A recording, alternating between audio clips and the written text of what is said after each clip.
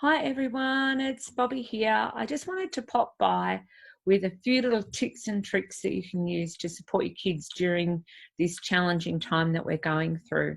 I know when I went to the supermarket yesterday and today, I found it quite confronting that there wasn't very much in the supermarket.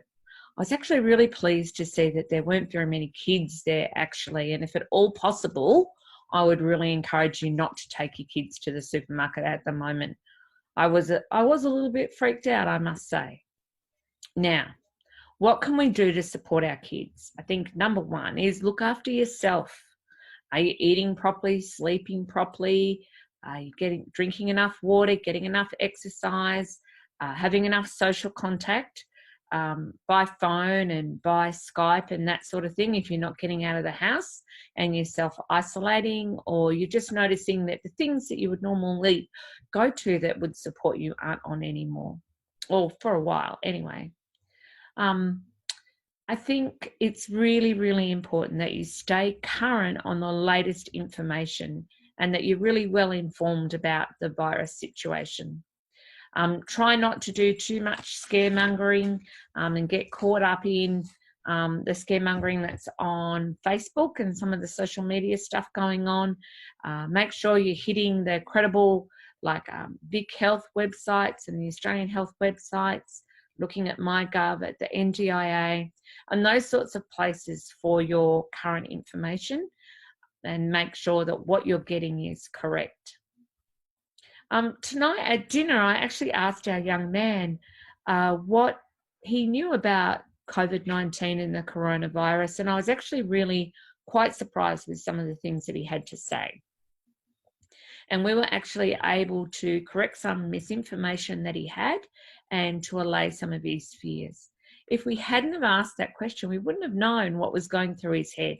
And often our kids awfulize and catastrophize and believe bits of information they've heard that aren't quite correct. So checking in with them is an opportunity to make sure you're clear on what they're thinking. Often one thing that's really, really helpful in a crisis is to know what to do. So giving them very clear direction about health and hygiene, hand washing, when to do it, how long to do it for, and just really tightening up your supervision on that and your support of them in that process, and really noticing it, recognizing it and affirming it.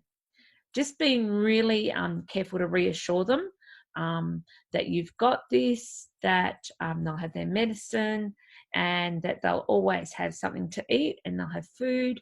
No matter what happens, they're going to be looked after.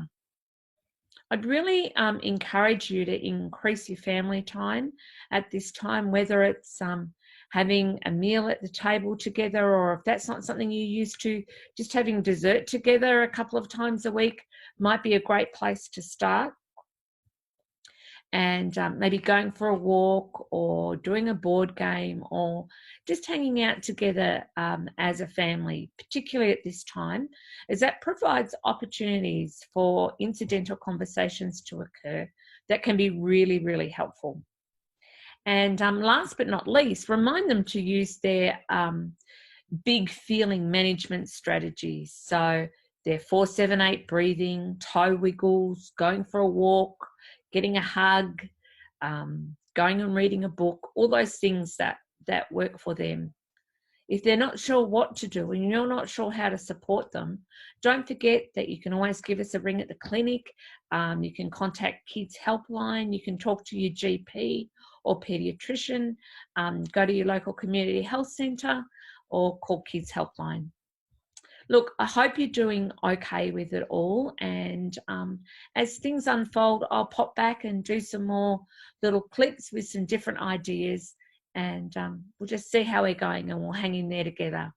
All right, take care. Bye.